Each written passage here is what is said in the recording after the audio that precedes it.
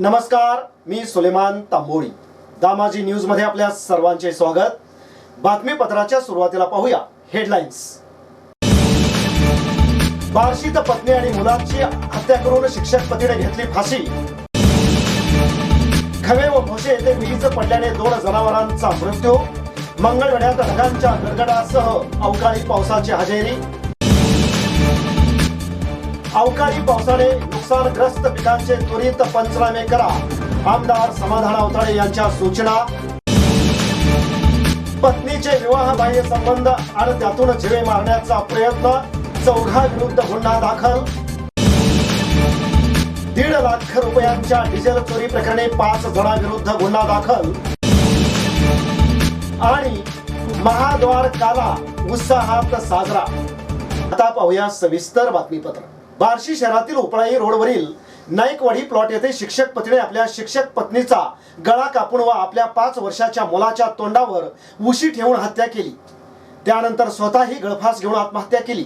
ही घटना मंगळवारी सकाळी उघडकीस आल्याने बार्शी शहरात मोठी खळबळ उडाली आहे. अतुल सुमंत मुंढे वय 40, तृप्ती अतुल मुंढे वय 35, ओम अतुल मुंढे वय 5 असे त्या मयत तिघांची नावे आहेत.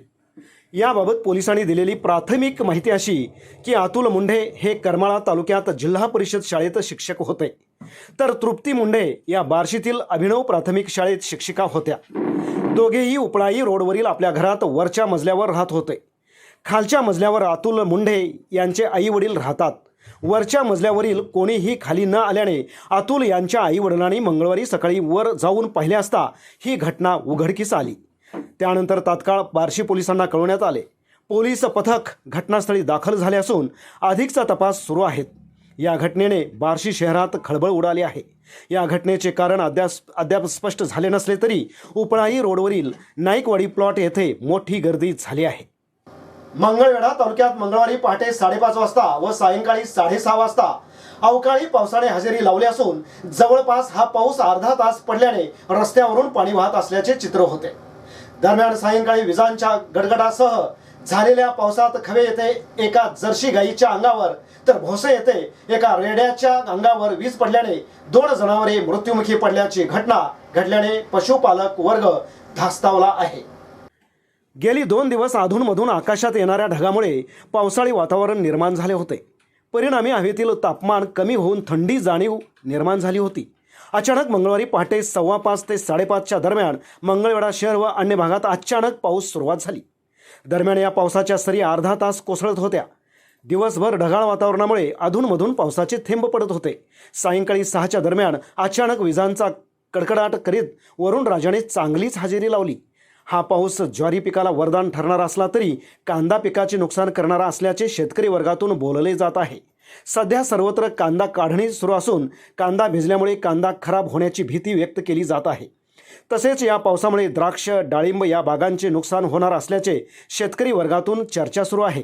ऊस गाळपाचा हंगाम सुरू असल्याने सर्वत्र ऊस तोडणी मजूर अवकाशाच्या छायेखाली जिथे जागा मिळेल त्या ठिकाणी कुटुंबासह उघड्यावर राहत असल्याने पहाटेच्या व सायंकाळच्या पावसाने त्यांची दयनीय अवस्था झाली. सायंकाळी विजांचा गडगडाट झाल्याने त्यामधील एक वीज खवे येथील शेतकरी मच्छिंद्र बिराप्पा दुधाळ यांच्या गायीवर पडल्याने ती जागीच मृत्युमुखी पडली. पशुपालकांनी गायीला चरावयास शेतामध्ये नेली होती. त्यावेळी दुर्घटना घडली. त्यामुळे या पशुपालकाचे 1,25,000 रुपयाचे नुकसान झाल्याचे सांगण्यात आले. नुकतीच 4 दिवसापूर्वी ही गाय व्याली होती. तर दुसऱ्या घटनेत भोसे येथील पशुपालक पप्पू महाजन यांच्या 2 वर्ष वय असलेल्या रेड्याच्या अंगावर वीज पडल्याने तो मृत्युमुखी पडला. महसूल विभागाकडून अद्याप पंचनामा या घटनेचा झाला नसून आज बुधवारी पशुवैद्यकीय अधिकाऱ्याकडून त्या मृत जनावरांचे पोस्टमार्टम केले जाणार आहे. अवकाळी पावसामुळे पंढरपूर मंगळवेढा विधानसभा मतदारसंघातील नुकसानग्रस्त पिकांचे त्वरित पंचनामे करावेत अशी सूचना मतदारसंघाचे आमदार समाधान अवताडे यांनी जिल्हाधिकारी कुमार आशीर्वाद यांना दिल्या आहेत. सदर विषयाला धरून मागणी करताना आमदार अवताडे यांनी म्हटले की पंढरपूर मंगळवेढा विधानसभा मतदारसंघामध्ये असणाऱ्या द्राक्ष, डाळिंब, आंबा, पेरू, केळी, पपई आदी फळबागांचे आकस्मित आलेल्या अवकाळी पावसामुळे मोठ्या प्रमाणात नुकसान झाले आहे. त्याचबरोबर नुकत्याच या हंगामामध्ये पेरणी झालेल्या ज्वारी, मका, हरभरा, कांदा, करडई, सोयाबीन, सूर्यफूल, तूर, मटकी, बाजरी, हुलगा यासारख्या तसेच भाजीपाला व इतर सर्व निरनिराळ्या पिकांचे सुद्धा भरपूर प्रमाणात नुकसान झालेले आहे. अगोदरच दुष्काळी सावटाखाली दबलेल्या बळीराजावर या अवकाळी पावसामुळे आसमानी संकटाचे ढग आणखी गडद झाले आहेत. त्यामुळे जिल्हाधिकारी यांनी आपल्या प्रशासकीय यंत्रणामार्फत पंढरपूर मंगळवेढा विधानसभा मतदारसंघातील पंचनामे करून आवश्यक त्या मदतीसाठी लवकरात लवकर राज्य शासनाकडे प्रस्ताव सादर करावेत अशा सूचना आमदार आवताडे यांनी दिल्या आहेत. यावर्षी पावसाने अपेक्षित हजेरी न लावल्याने शेतकरी शेती उत्पादनासाठी व कृषीपूरक बाबीसाठी हवालदिल झाला असताना हा पाऊस झाल्याने शेतकऱ्यावर आता दुहेरी संकट आली आहेत. त्यामुळे अशा परिस्थितीत शेतकऱ्याप्रती सहकार्याची भावना निर्माण होण्यासाठी हे पंचनामे लवकरात लवकर होणे गरजेचे असल्याचेही आमदार आवताडे यांनी सूचित केले आहे. सोलापूर येथील पत्नीचे विवाहबाह्य संबंध आणि त्यातून जीवे मारण्याचा प्रयत्न या दुहेरी कारणातून एका तरुणाने आत्महत्या केली. हा प्रकार जुन्या विडी घरकुलातील कोटा नगरात मंगळवारी 21 नोव्हेंबर रोजी घडली. मृताच्या पॅन्टच्या खिशात सापडलेल्या सुसाईड नोट वरून उघडकीस आला. या प्रकरणी दाखल फिर्यादीनुसार मृताची पत्नी आणि अन्य तिघांविरुद्ध MIDC पोलीस ठाण्यात गुन्हा दाखल करण्यात आला आहे. याबाबत मिळालेली अधिक माहिती अशी की जुनाविडी घरकुल प्रशांत वसंत इंदापुरे यांनी मंगळवारी सकाळपूर्वी राहत्या घराच्या पहिल्या मजल्यावरील खोलीत साडीने गळफास घेऊन आत्महत्या केली. त्याच्या खिशात सापडलेल्या सुसाईड नोटवरून त्याने पत्नीचे त्रयस्तासी असलेले विवाहबाह्य संबंध आणि उभयंताबरोबर तिच्या अन्य नातेवाईकांनी त्यास जीवे मारण्याचा केलेला प्रयत्न, त्यास कंटाळून आत्महत्या केल्याचा उल्लेख केलेला होता. प्रशांत इंदापुरे याची पत्नी अस्मिता ही पतीबरोबर वादविवाह करून तिच्या माहेरी धनकवाडी पुणे येथे वास्तव्यास होती. हा प्रकार 2021 ते 21 नोव्हेंबर 2023 दरम्यान वेळोवेळी घडला. तिच्याशी नाजूक संबंध असलेला अक्षय महांकाळ व तिच्या माहेरच्या तिघांनी प्रशांतला जीवे मारण्याचा प्रयत्न केला होता. त्यास कंटाळून टोकाचे पाऊल उचलत स्वतःची जीवनयात्रा संपवली. या चौघामुळे मी फाशी घेतोय हा लोकांनी जीवे मारण्याचा प्रयत्न केला, मेंटली टॉर्चर केले आहे म्हणून त्या चिठ्ठीत लिहिल्याने मृत प्रशांतचा भाऊ नितीन वसंत इंदापुरे वय 34 वर्ष राहणार घर नंबर 20 कोटानगर याने MIDC पोलीस ठाण्यात सोमवारी सायंकाळी फिर्याद दाखल केली. त्यानुसार अक्षय जनार्दन महांकाळ राहणार नवीन विडी घरकुल कुंभारी, अक्षय ज्ञानेश्वर काटगी राहणार गणेशनगर धनकवडी पुणे, अस्मिता प्रशांत इंदापुरे राहणार धनकवडी आणि ज्ञानेश्वर काडगी राहणार धनकवडी पुणे या चौघांविरुद्ध आत्महत्येस प्रवृत्त केल्याप्रकरणी गुन्हा दाखल करण्यात आला. सहाय्यक पोलीस निरीक्षक चौधरी या गुन्ह्याचा अधिक तपास करीत आहेत. सांगोला येथे खडी क्रशरवर कामावर असलेल्या कामगारांनी संगनमत करून 1,56,000 रुपये किमतीचे 1700 लिटर डिझेल चोरून नेल्याची घटना सोमवार दिनांक 27 नोव्हेंबर रोजी निजामपूर तालुका सांगोला येथे घडली आहे.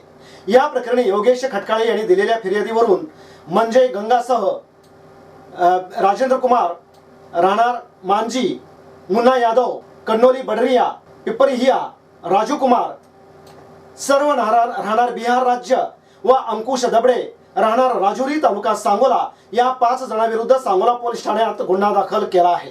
योगेश बाबासो खटकाळे राहणार अकोला तालुका सांगोला यांची निजामपूर तालुका सांगोला येथे नाथबाबा स्टोन क्रशर व खडी क्रशर असून त्यांच्याकडे देखभाल करण्यासाठी कामगार आहेत. सदर प्लॅटमधून खडी बाहेर पाठवण्याकरिता tipper, tractor, tanker, bowser, JCP, Poclain, loader, paver, roller व पोकलेन अशी वाहने आहेत. सदर वाहनांना खटकाळे स्वतः डिझेल पुरवित असतात. खडी क्रशरचे दिवसभरातील काम झाल्यानंतर सर्व वाहने निजामपूर येथील खडी क्रशर प्लॉटवर लावली जातात व वरील वाहनावरती ऑपरेटर, हेल्पर हे त्या ठिकाणी रात्री मुक्कामाला असतात.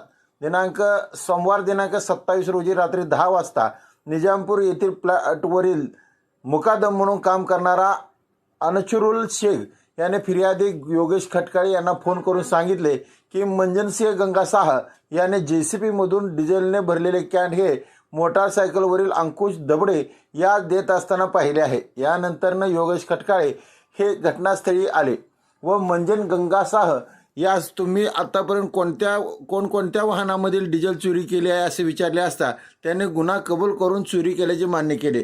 याबाबत योगेश खटकाळे यांनी वरील कामगारांनी मागील 3 महिन्यापासून ते सोमवारी 27 रोजी रात्री 10 वाजेपर्यंत निजामपूर येथील खडी क्रशर प्लांट येथील वाहनातून 1,56,000 रुपये किमतीचे 1700 लिटर डिझेल चोरून नेल्याबाबत सांगोला पोलिसात फिर्याद दिली आहे.